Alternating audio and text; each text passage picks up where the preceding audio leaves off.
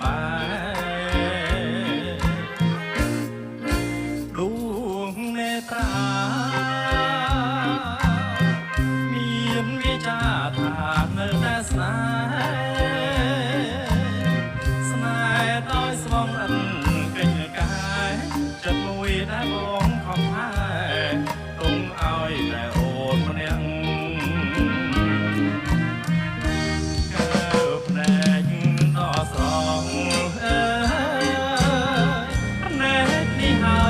ត្រៀមជុំពាំងនៅពេលបងនិនទ្រីស្រមៃឃើញចាំងក៏លៀងតែធ្លាប់ញញឹមប្រឹមប្រៃដួងនេត្រា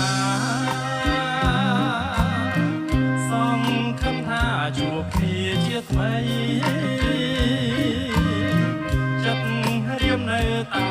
ស្នេហ៍ស្រីស្នេហ៍ធំដូចពុំខានដីគ្មានអ្វីមកបបែកបាន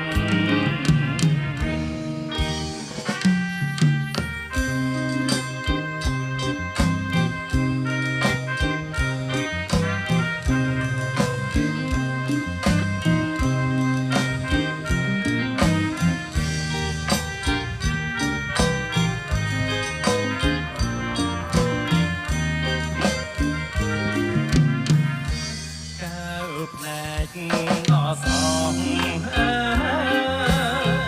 ណែនេះហើយจะត្រៀមជុំពាំងនៅពេលបងនិនទ្រីស្រមៃឃើញពាំង